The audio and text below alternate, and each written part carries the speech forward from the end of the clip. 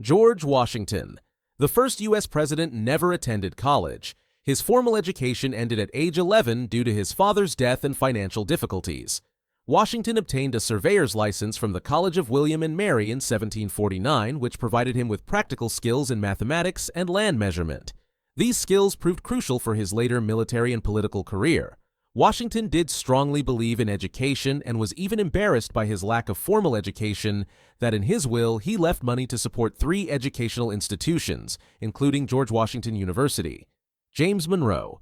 President Monroe, the 5th U.S. president, attended the College of William and Mary in Virginia but left in 1775 to join the Continental Army during the Revolutionary War. This decision marked the beginning of Monroe's practical education in leadership and politics. After the war, Monroe studied law under Thomas Jefferson, gaining valuable legal knowledge that would serve him well in his political career. As president, Monroe established the Monroe Doctrine, a cornerstone of U.S. foreign policy that warned European nations against further colonization in the Americas. Andrew Jackson, born into poverty in the Carolinas, he faced many challenges early in life. Orphaned by the age of 15, he had already witnessed the harsh realities of war during the American Revolution.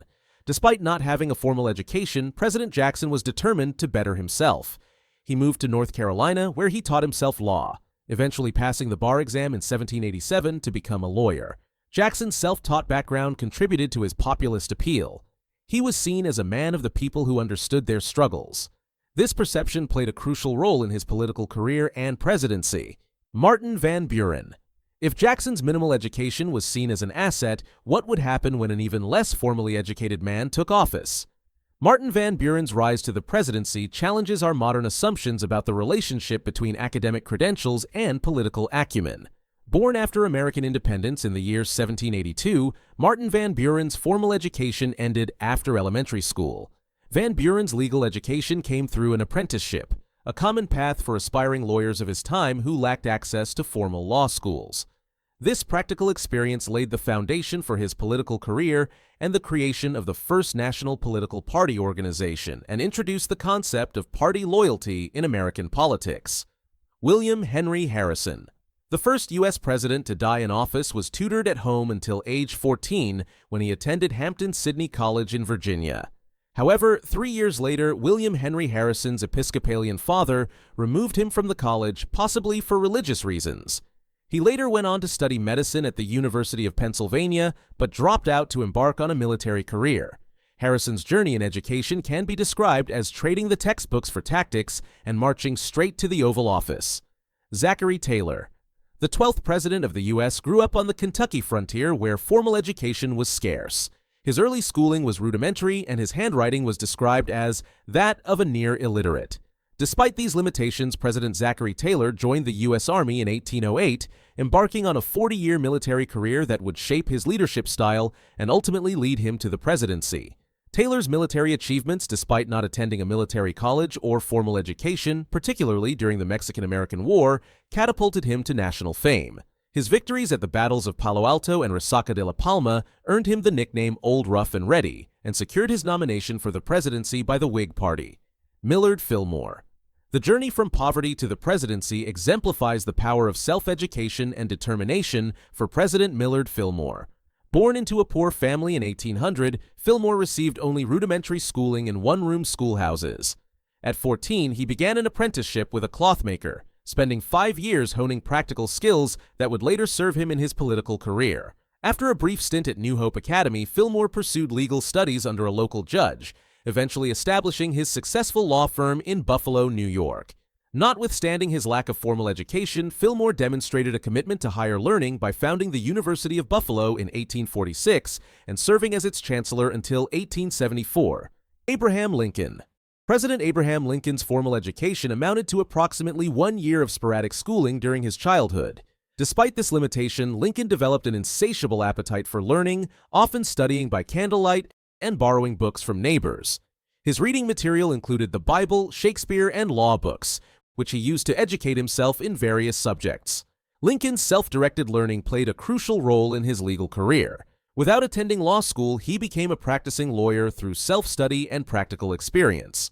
Andrew Johnson, born into poverty in North Carolina, President Johnson never attended a day of school in his life, nor received formal schooling. He learned the basics of reading and writing as a tailor's apprentice, with his wife Eliza McCardle later assisting in his education. Johnson's political career began in Tennessee, where he served as alderman, mayor, and eventually governor before being elected to the U.S. Senate. Johnson's presidency, which began after Lincoln's assassination in 1865, was marked by significant challenges during the Reconstruction era.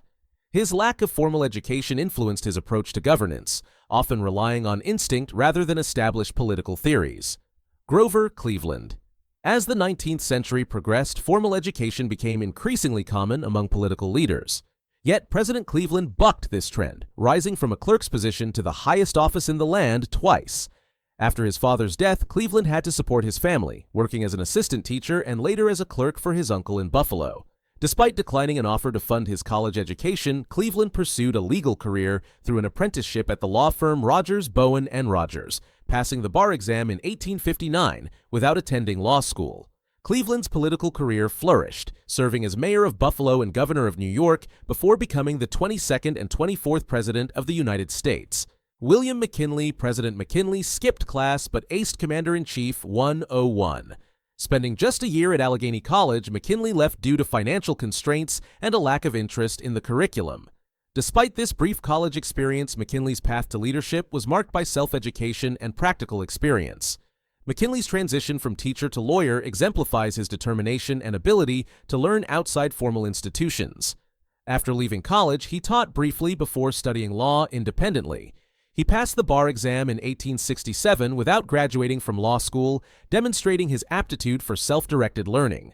This legal background served as a foundation for his political career, which began with his election to the U.S. House of Representatives in 1876. Harry S. Truman. The tradition of self-educated presidents continued into the 20th century, but with a twist. President Harry S. Truman, the last U.S. president without a college degree, faced unprecedented global challenges that would test the limits of his practical experience and self-taught knowledge. Truman's path to the presidency was marked by financial struggles and interrupted education. He attended Spalding's Commercial College for a semester, but had to drop out due to his family's economic difficulties. Truman later attempted to further his education through night classes at the Kansas City School of Law. Despite these setbacks, Truman's early career included diverse experiences, from clerical work to farming, which provided him with practical knowledge and a strong work ethic.